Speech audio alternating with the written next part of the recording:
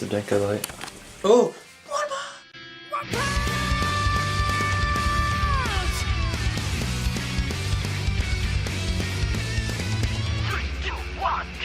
Jinjo, Jinjo, Saijo.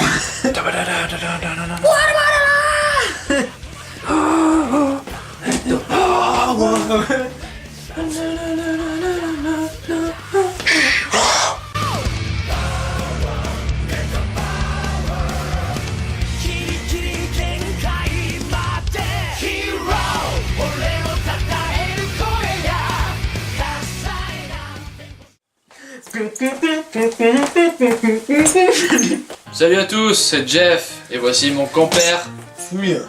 et on se retrouve pour une petite vidéo Actu Fiction. Dédicace à Cristiano Ronaldo. Regardez son t-shirt, il est tout tellement classe. Bref, on se retrouve tout de suite pour la première section. Je vais arrêter.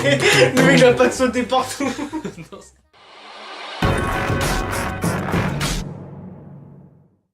Commençons par parler de Tintaren, le premier tome qui va sortir un manga français de chez Glénat, plein d'humour, à l'univers frais. Celui-ci se déroule à Finéa où la loi exige que tout citoyen apprenne un métier, ce qui est loin de plaire à Artie.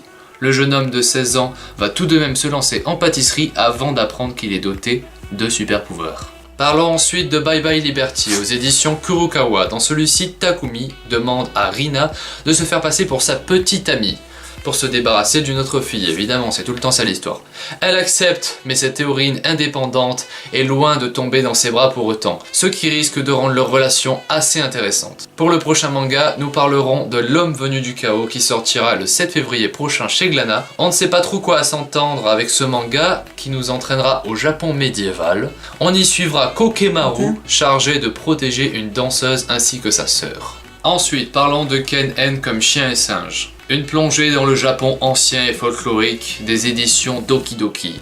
Les habitants du village de Mitsuke sont sommés par un Kakuen, une créature mi-homme mi-singe, de déposer une jeune fille en sacrifice au sanctuaire dédié à Tenjin. Le jeune bonze, Benzon, part alors pour le temple Konzenji, chercher à l'aide, et revient en compagnie du célèbre Hayate, un chien exorciste, pour tendre un piège à la créature malfaisante qui terrorise les villageois. Mais rien ne se passe comme prévu quand Manchira, le Kakuen, décide d'adopter le superbe chien. Voilà, un manga qui me tarde de lire. Parlons de Routine, un nouveau manga de science-fiction des éditions Doki Doki. Pour vous résumer un petit peu, c'est il y a 13 ans, un dôme infranchissable s'est matérialisé autour de Sumiyama, la ville du manga si vous n'avez pas compris. Depuis, la ville est totalement isolée du reste du monde. Voilà. J'ai mis que ça parce que j'avais pas envie de vous spoil, mais ça a l'air vraiment génial. Ensuite, parlons pour finir du dernier manga à vous présenter, Les Talons Aiguilles Rouges. Nouveau manga de Chise Ogawa dans les éditions Boys Love. Dans le milieu de la mode, à Paris, les femmes les plus élégantes n'ont qu'un seul nom à la bouche, Abalkin. Mais derrière le charismatique PDG de cette entreprise se cache un lourd secret.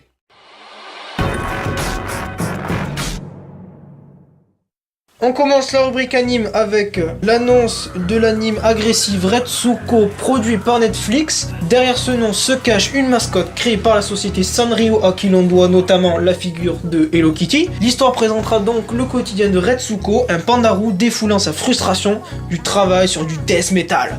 Ensuite, un premier trailer a été mis en ligne pour l'anime Gorazeni. À l'approche de sa diffusion, l'anime tiré du manga éponyme de Yuji Moritaka et Keiji Adachi nous dévoile sa première vidéo promotionnelle. Cette histoire de baseball nous proposera de suivre le parcours sportif de Natsunosuke Bonda, un joueur particulièrement intéressé par l'évolution de son salaire. C'est un mec qui veut du fric quoi. C'est ça, c'est vrai que tu le vois là. Un nouvel anime annoncé pour God Eater, le jeu vidéo de Bandai Namco sera prochainement adapté en un nouvel anime qui normalement se passera après les aventures du deuxième épisode.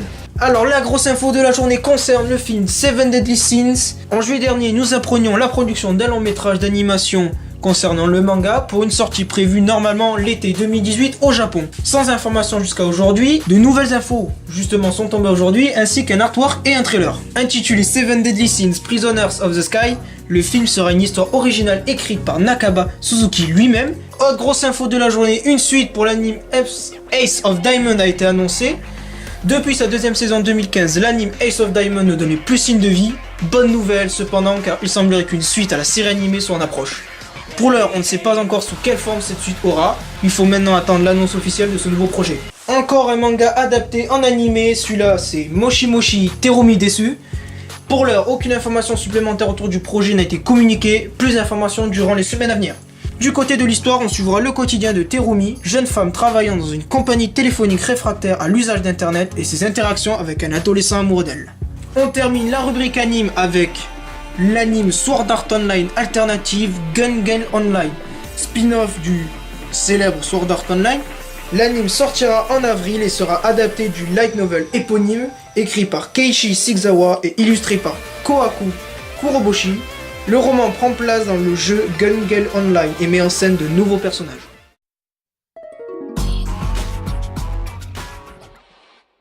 Passons maintenant à la rubrique figurines avec la première figurine de Yukina Imeragi en maillot chez FOTS Japan. Donc voilà, elle est vraiment magnifique cette figurine.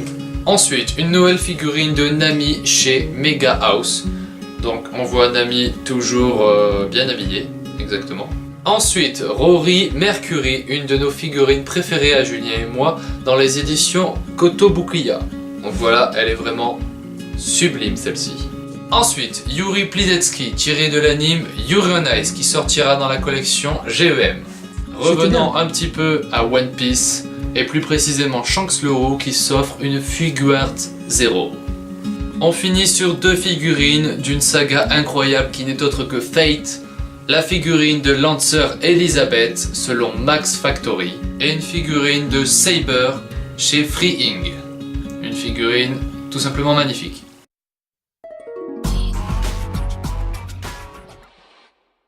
Le gros what the fuck de la journée concerne le manga Dragon Ball dont le créateur du manga Akira Toriyama ne comprend toujours pas le succès de la série.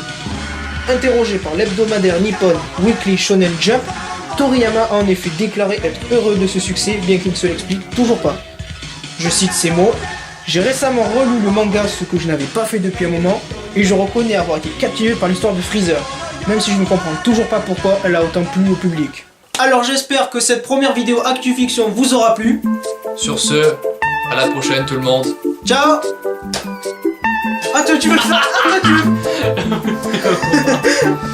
Non c'est bon, c'est mieux comme ça. Mama was queen of the mambo, Papa was king of the Congo. Deep down in the jungle, I started banging my first bongo. Every monkey like to be